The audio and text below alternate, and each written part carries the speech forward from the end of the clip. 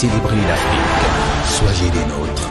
Un événement Cocan 2021. Salut les amis, salut les potos, j'espère que vous allez très bien. Bienvenue à ce nouveau numéro d'information sur l'actualité du football africain. Alors les potos, aujourd'hui il est question de débriefer la rencontre Éléphant de Côte d'Ivoire, Pharaon d'Égypte qui comptant pour les huitièmes de finale de la CAN 2021 du côté du Cameroun. Les potos, ça a été un match rempli de suspense. Alors si vous tenez à savoir qu'est-ce qui s'est passé au cours de cette rencontre, je vous invite à rester avec nous juste après le générique.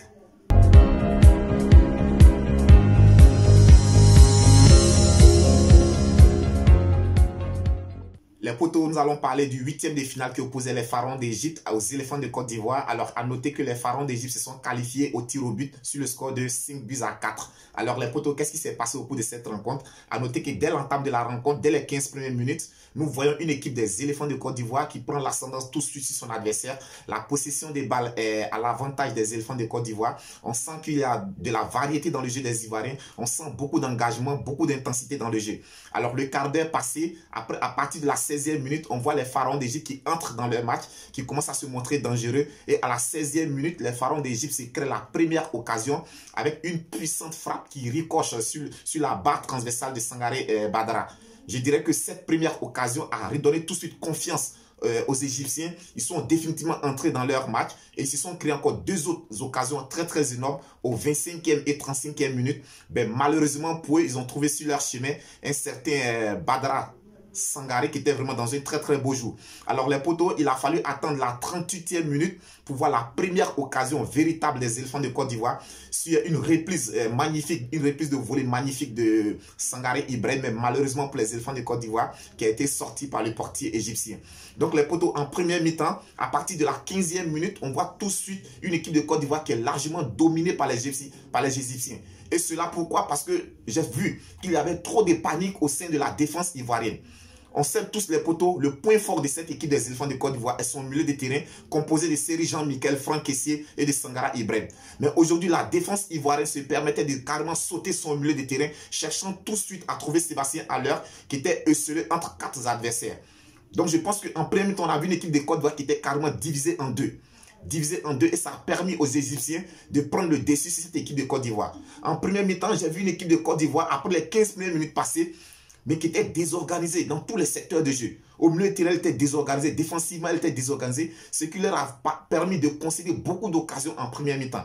Alors donc, en première mi-temps, il faut noter que la rencontre se termine sur le score de 0 but partout, grâce aux arrêts de Badara Sangaré, il faut le souligner. Badara Sangaré a sorti aujourd'hui une performance XL, donc grâce à lui, les Éléphants ne concèdent pas le score. À la reprise, nous assistons au même scénario. Je vois le jeu ivoirien qui est plutôt penché plus sur le côté de Nicolas Pepe. Aujourd'hui, Mas Gradel n'a pas été utilisé dans les conditions qu'il faut. Mas Gradel aujourd'hui n'a pas été alimenté comme il se faut, et comme il se fallait. Et je pense que cela, c'est aussi dû à l'inactivité de Serge Aurier. Aujourd'hui, Serge Aurier n'a pas apporté aujourd'hui l'apport offensif qu'on lui connaît. Habituellement, on le sait, il apporte beaucoup offensivement, il apporte beaucoup le danger. Aujourd'hui, Serge Aurier n'a pas été vraiment à la hauteur. Défensivement, il n'a pas été à la hauteur. Offensivement, il n'a pas été à la hauteur. Je tire mon chapeau à Ghislain Collant, qui a été vraiment très excellent sur son côté. Aujourd'hui, Ghislain Collant l'a beaucoup apporté offensivement et défensivement, il a été présent tout au long de la rencontre. Il a carrément muselé aujourd'hui Mohamed Salah. Il a empêché Mohamed Salah de s'exprimer. Je dis gros match de Ghislain Collant aujourd'hui. Alors les potos, donc je dirais, au cours de cette rencontre, en deuxième mi-temps, je vois une équipe de Côte d'Ivoire qui est timorée. Beaucoup de lenteur dans le jeu des Éléphants de Côte d'Ivoire. À la récupération des balles, il n'y a pas de solution qui s'offre au porteur du ballon. Et tout de suite, on voit que le porteur du ballon n'a pas de solution. Les remontées des balles se font en petit trou, ce qui permet tout de suite à l'adversaire de se repositionner. Donc, tactiquement, c'était très bien joué du côté des Pharaons d'Égypte. Aujourd'hui, j'ai vu une équipe de la Côte d'Ivoire qui était vraiment lourde. Je ne sais pas si c'est l'enjeu de la rencontre qui a permis cela, mais les Éléphants de Côte d'Ivoire n'ont pas été à la hauteur de l'événement. Après leur victoire face à l'Algérie sur le score de 3-1, on s'est dit, ben, ok, la Côte d'Ivoire est définitivement entrée dans sa canne et plus aucune équipe ne pourra arrêter cette équipe avec les atouts offensifs et les qualités que regorge cette équipe. Mais je pense que vraiment, l'enjeu a emporté aujourd'hui sur la combativité des Éléphants de Côte d'Ivoire. Donc, en deuxième mi-temps, comme je le disais, on voit une équipe de la Côte d'Ivoire qui est vraiment timorée. Une équipe de Côte d'Ivoire, il y a beaucoup de lenteur, beaucoup de lourdeur dans les transmissions des balles, beaucoup de déchets techniques dans le jeu ivoirien. Et ça a permis aux Pharaons d'Égypte de dominer leur adversaire, de dominer leur sujet, de se créer beaucoup d'occasions. Ben, malheureusement pour les pharaons d'Égypte, qu'il y avait dans les poteaux des éléphants de Côte d'Ivoire, un certain Sangaré Bandara qui a sorti un match XXL aujourd'hui. Donc les poteaux à noter que le match se termine au terme des 90 minutes. Il y a 0 but partout entre les deux formations. Il a fallu le tir au but pour départager les deux formations. Et au tir au but, les Égyptiens se sont montrés encore plus efficaces, plus adroits. Alors, Eric Bailly rate son penalty, les poteaux. Je le dis toujours, les pénaltys, on le sait, c'est les grands joueurs qui ratent toujours les pénaltys. On peut rater son pénalty, mais c'est la manière de rater le pénalty qui fait souvent mal. Regardez la déconcentration avec laquelle Eric Bailly vient tirer son pénalty. Alors qu'en deuxième mi-temps, il nous sort une très très belle performance. En deuxième mi-temps, on voit un Eric Bailly vraiment serein, qui apporte de la sérénité au sein de la défense. En tout cas, en deuxième mi-temps, on a senti vraiment qu'il était entré dans son match. Mais par contre, son pénalty, il n'a pas tiré de façon professionnelle. Une fois de plus encore, les éléphants de Côte d'Ivoire ont encore déçu leurs supporters. Ils ont encore brisé l'espoir de toute une nation. Donc, élimination des éléphants de Côte d'Ivoire par les pharaons d'Égypte au tir au but sur le score de 5-4. Alors, les poteaux, outre cette rencontre, sachez que hier, on avait le Sénégal qui était opposé au Cap-Vert. Belle victoire des Lions de la Teranga aux dépens du Cap-Vert sur le score de 2-0.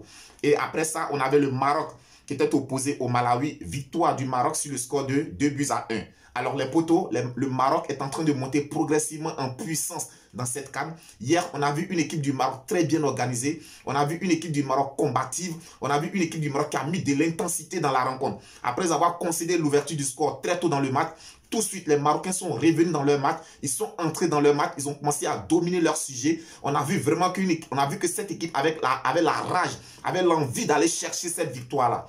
Et je tire mon chapeau aujourd'hui à Achraf Hakimi. C'est à juste titre qu'il a été nommé homme du match hier.